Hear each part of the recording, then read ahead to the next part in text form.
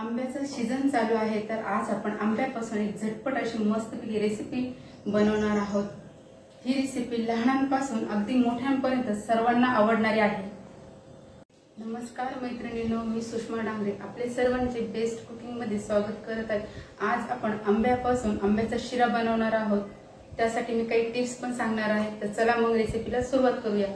त्यासाठी 1 कप जाडसर रवा घेतलेला आहे, अर्धा कप साजूक तूप घेतलेले आहे, काही ड्रायफ्रुट्स घेतलेले आहे, 1 कप पाणी घेतलेले आहे, 2 कप दूध घेतलेले आहे, अर्धा चमचा विलायची पावडर घेतलेली आहे, 1 आंब्याचा पल्प करून घेतलेला आहे। ह्या पल्प मध्ये एकही आंब्याची गाठ असता कामा नये, पूर्ण पल्प हा सॉफ्ट असला पाहिजे। 1 पाऊण कप साखर घेतलेली आहे। इथे आपण पाणी गरम करण्यासाठी ठेवलेले आहे। त्याचबरोबर दूध देखील आपण गरम करण्यासाठी ठेवणार आहोत। तुम्ही पाहू शकता इथे आपलं दूध छानपैकी आता गरम झालेले व पाणी देखील गरम झालेलं आहे। पाण्याचा आपण गॅस बंद करून घेणार आहोत व दूध आपण बाजूला काढून घेणार आहोत। आता आपण कढई गरम करण्यासाठी ठेवणार आहोत। इथे आपण अर्धा कप तूप टाकून घेतले होते। हे तूप आता छानपैकी गरम झालेले आहे। इथे आपण आता जाड रवा टाकून घेणार आहोत।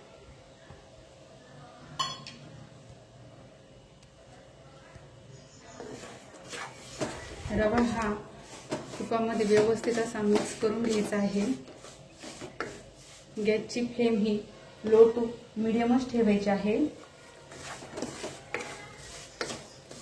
त्यासाठी आपण जाडसरच रवा वापरणार आहोत, त्यामुळे आपला शिरा असा पूर्णपणे मोकळा मोकळा होणार आहे। त्याचबरोबर आपण कधीही उपमा बनवत असताना देखील आपण शक्यतो जाडसरच रव्याचा वापर करायचा आहे। रवा भाजताना आपल्याला कमीत कमी 4 ते 5 मिनिटं व्यवस्थित असा भाजून घ्यायचा आहे। आता 2 मिनिटं झालेले आहे। रव्याचा आता कलर चेंज होताना आपल्याला दिसत आहे। तर आपण अजून 2 ते 3 मिनिटं व्यवस्थित असा रवा भाजून घेणार आहे।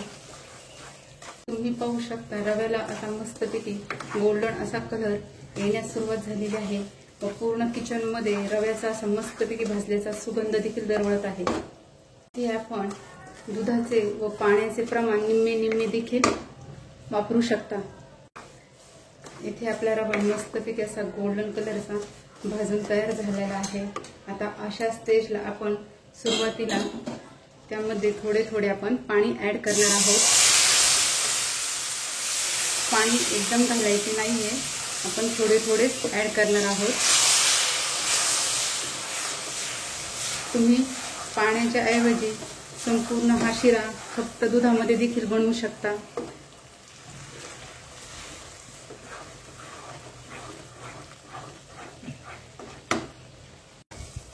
आता अशा स्टेजला आपण हे पूर्णपणे पाणी जिरून झालेले आहे, तर आपण ह्यामध्ये आता दूध ऍड करणार आहोत। तर दूध देखील आपण थोडे थोडेच ऍड करायचे आहे।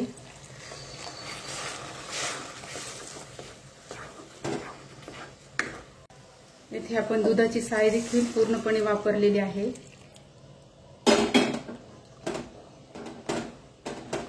इथे आपण चमच्याने व्यवस्थित अशा रव्याच्या पूर्णपणे गिठुळे मोडून घ्यायचे आहे। एकही त्यामध्ये गाठ राहता कामा नये।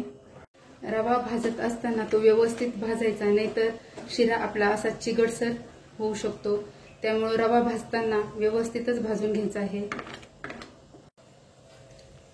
तुम्ही पाहू शकता आपल्या शिऱ्यामधलं पूर्णपणे दूध व पाणी पूर्णपणे आटलेलं आहे। अशा स्टेजला आपण गॅस बारीक करून घेणार आहोत व एक प्लेट ठेवून त्यावर वाफ देणार आहोत। आपण त्यावर एक प्लेट ठेवून 2 मिनिटं वाफ देऊन घेणार आहोत। 2 मिनिटांनंतर तुम्ही पाहू शकता आपला हा शिरा एकदम मस्तपैकी असा मोकळा मोकळा तयार झालेला आहे। आता अशा स्टेजला आपण त्यामध्ये साखर ऍड करून घेणार आहोत। इथे आपण साखरेचे प्रमाण कमी वापरलेले आहे, तुमच्या आवडीनुसार तुम्ही जास्त देखील वापरू शकता। 5 मिनिटांनंतर तुम्ही पाहू शकता साखर ही पूर्णपणे वितळले गेलेली आहे व शिऱ्यामध्ये पूर्णपणे मिक्स झालेली आहे। माझ्या मुलांना जास्त गोड आवडत नाही, म्हणून मी ते साखरेचे प्रमाण थोडे कमीच घेतलेले आहे। 2 मिनिटानंतर तुम्ही पाहू शकता आपल्या शिरेला असा मस्तपैकी छान कलर आलेला आहे। आता आपण अशा स्टेजला त्यामध्ये आंब्याचा पल्प ऍड करणार आहोत। ह्या आंब्यामध्ये एकही गिठोळी किंवा काही राथा कामा नये। हा पल्प आपण पूर्णपणे व्यवस्थित असा मिक्स करून घ्यायचा आहे। 2 ते 3 मिनिटांनंतर तुम्ही पाहू शकता आपल्या शिरेला मस्तपैकी असा कलर आलेला आहे। अशा स्टेजला आपण तिथे ड्राय फ्रुट्स ऍड करणार आहोत व पूर्णपणे व्यवस्थित असे मिक्स करून घेणार आहोत। 5 ते 7 मिनिटांनंतर आपण 1-2 मिनिटं त्यावर झाकण ठेवून आपण वाफ काढून घेणार आहोत।